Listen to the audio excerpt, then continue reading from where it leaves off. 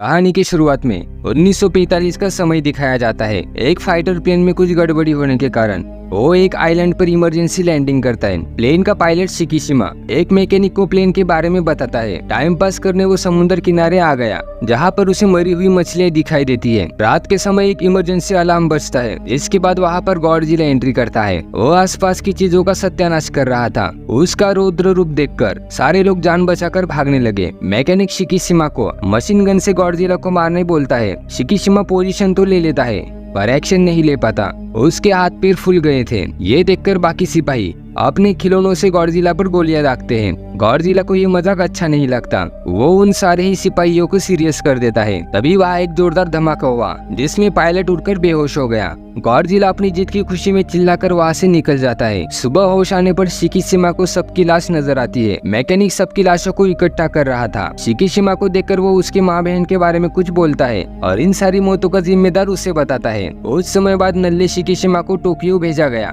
यहाँ बमबारी के कारण दुनिया उजड़ गई थी। उसकी पड़ोसन उसे देखकर अपने बेटे की मौत की दास्तान सुनाती है। इस बमबारी में शिकीशिमा के माँ बाप भी मारे गए थे। बाहर टहलते वक्त उसके सामने एक औरत बच्चे को लेकर भागती हुई आई। पुलिस उस औरत का पीछा कर रही थी। वो बच्चे को शिकीशिमा को देकर 9-11 हो गई। थोड़े ही समय में औरत बच्चा वापस लेने आई। ये औरत नोरी थी। वो बताती है इस बच्चे के माता पिता धमाके में उड़ गए, तब से वही बच्चे को संभाल रही है। शिकीशिमा का अच्छा स्वभाव देखकर नोरी वो छोरी को लेकर शिकीशिमा को सहारा बनाना चाहती थी। रात को वो शिकीशिमा के पास के मकान में रुके थे। नोरी का इस दुनिया में कोई नहीं था, इसलिए उसने उस छोटी बच्ची की जिम्मेदारी उठाई थी। ये सुनकर शिकीशिमा उससे काफी प्रभावित हो गया। अगली सुबह शिकीशिमा काम की तलाश में निकलता है। तभी उसकी पड़ोसन उसे रोकती है। वो उसे नोरी और रात भर रोने वाली बच्ची के बारे में पूछती है। शिकीशिमा उसे बताती है वो औरत उस बच्ची की माँ नहीं है। बच्ची के माँ बाप धमाके में मारे गए। ये सुनकर पड़ोसन का कलेजा पिघल जाता है। वो बच्ची को दूध पिलाती है। अब ये सारे ही अनाथ एक साथ रहने लगे थे।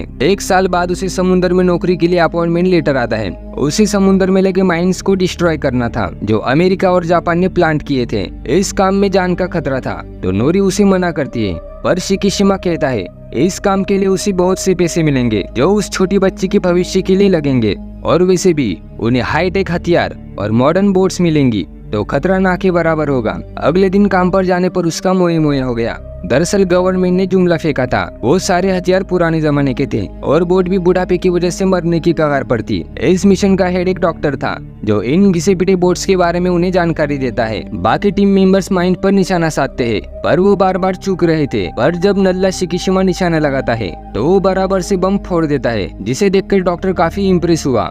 रात को उसे गॉडजिला वाला सपना आता है जिसमें उसकी वजह से कई सिपाही तय बोल गए थे। वो आधी नींद से जाग उठा। तभी नोरी उसे सहारा देते हुए उसकी मदद करती है। अमेरिका एक आइलैंड पर न्यूक्लियर बम की टेस्टिंग करता है। दिन बीतते जाते हैं। अपने मिशन के दौरान शिकीशिमा कई माइंस तबाह करता है। अब उसने अपना घर भी बना लिया था। उसके घर उसकी टीम आई थी। नोरी उनके लिए खाना बनाती है। इस दौरान सारी टीम नोरी को उसके पत्नी के रूप में देख रहे थे। शिकीशिमा उन्हें सारी सच्चाई बताता है, जिस पर टीम उन्हें शादी करने का सुझाव देती है। कुछ दिनों में नोरी को एक नौकरी मिल गई। वो काफी खुश थी। उस छोटी बच्ची को पड़ोसन संभालने वाली थी तो शिकीशिमा भी इसके लिए मान गया। न्यूक्लियर बॉम्ब की सफल टेस्टिंग के बाद अमेरिका जगह जगह न्यूक्लियर अटैक कर रहा था। इन न्यूक्लियर अटैक से निकलने वाली रेडिएशन की वजह से गॉडजिला पहले से ज्यादा बड़ा और एग्रेसिव होने लगा। वो घने समुद्र से होकर जापान की ओर बढ़ने लगा। शिकीशिमा और उसकी टीम को एक विशाल जहाज दिखाई दिया। 1945 में गॉडजिला ने जहाज का सत्यानाश किया था। टीम जहाज की हालत देखकर सदमे में आ गई। शिकीशिमा उन्हें गॉडजिला के बारे में बताता है, जिससे उनका हौसला तो नहीं बढ़ता पर उन्हें डराने के लिए वो शिकीशिमा को गालियां देते हैं। तभी शिकीशिमा को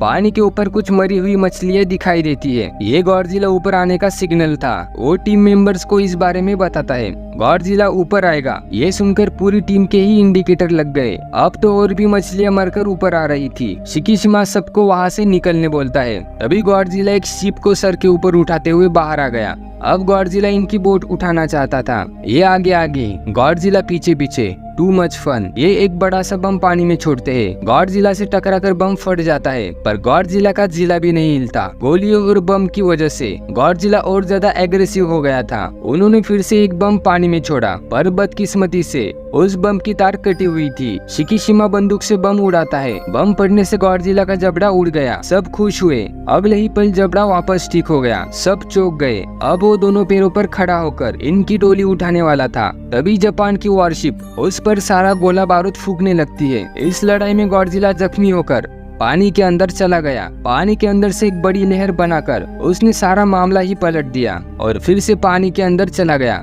और फिर समुंदर में खो गया।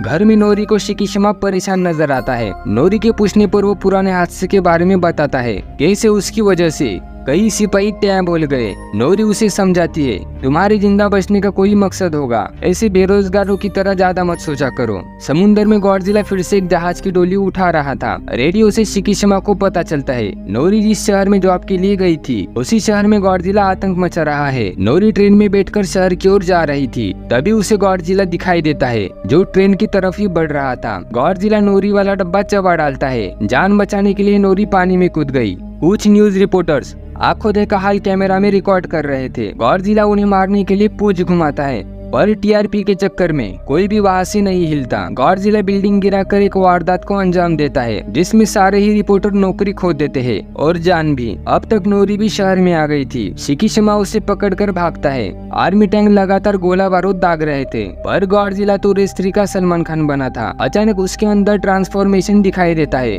उसके पंख नीली रोशनी के साथ बाहर आ रहे थे। वो अपने मुंह से एक वेव जनरेट करता है जो देखने में बवाल लगती है। इस वेव के सामने आने वाली हर चीज बर्बाद हो रही थी। इस वेव के सामने शिकीशिमा और नोरी भी थे। वो शिकीशिमा को अंदर धक्का देकर खुद उड़ जाती है। शिकीशिमा को दूर तक कुछ नजर नहीं आता। नोरी की मौत से वो जोर से चिल्लाता है। घर आकर वो नोरी की फोटो के सामने कैंडल जलाता है। गवर्नमेंट तब गॉडजिला को हर कीमत पर मारना चाहती थी। डॉक्टर शिकीशिमा को एक जगह ले आता है।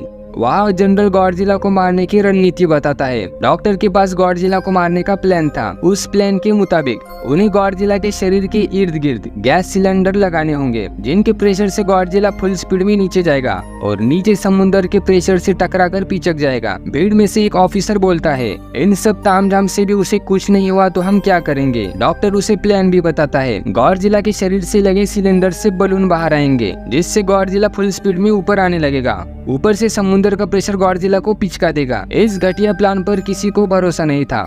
उस पर जनरल कहता है, हमें ये ट्राई करके देखना ही होगा।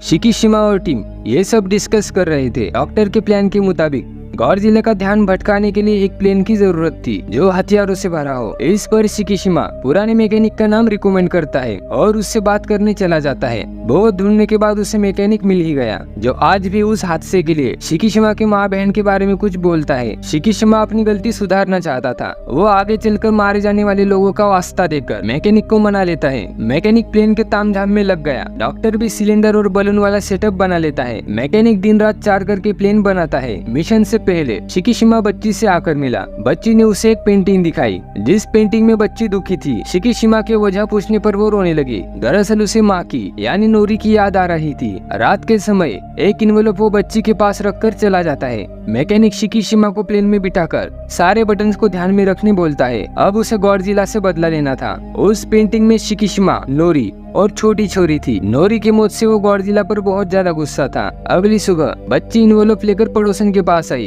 उस इन्वेलप में पैसे और एक लेटर था जिसमें बच्ची की देखभाल करने के लिए कहा गया था क्योंकि अब तो शायद उसकी खबर ही आएगी। दूसरी ओर मिशन की तैयारी चल रही थी। वो गॉडजिला का ध्यान आकर्षित करने के लिए पानी में एक डिवाइस के जरिए साउंड वेव प्रोड्यूस करते हैं। उस डिवाइस की वजह से गॉडजिला गुस्से से भरा पानी के बाहर आ जाता है। शिकीशिमा उसका ध्यान अपनी ओर करने के लिए उसके पास से गुजरता है। उसे और ज्यादा गुस्सा दिलाने के लिए वो उस पर गोला बारूद बरसा रहा था। गॉडजिला पागल सांड की तरह उसका पीछा करता है। शिकीशिमा अपने मिशन की लोकेशन पर आ गया। गॉडजिला को आता देख डॉक्टर सेबी को पोजीशन लेने बोलता है। शिप को पास देखकर गॉडजिला खुद को ट्रांसफॉर्म करने लगा। वो अपने मुंह से साउंड वेव जनरेट करता है, पर इस बार शिप्स पर ज्यादा असर नहीं होता। वो लोग पूरी तैयारी के साथ आए थे। वो अपना सिलेंडर वाला ट्रैप उसके इर्द गिर्द लगा देते हैं। अपने प्लान के मुताबिक वो उसे पानी के 1500 मीटर अंदर तक ले गए। अब गॉडजिला कोई मूवमेंट नहीं कर रहा था। सब और खुशियां मनती है, मिठाइयाँ बढ़ती है। तभी गॉडजिला पानी के अंदर रस्सियां खींचने लगा। प्लान बी के मुताबिक बलून्स ओपन किए जाते हैं, जिससे गॉडजिला ऊपर आने लगा। पर गॉडजिला बड़ा अतरंगी बंदा था, वो एक एक कर बलून्स को ही फोड़ने लगा।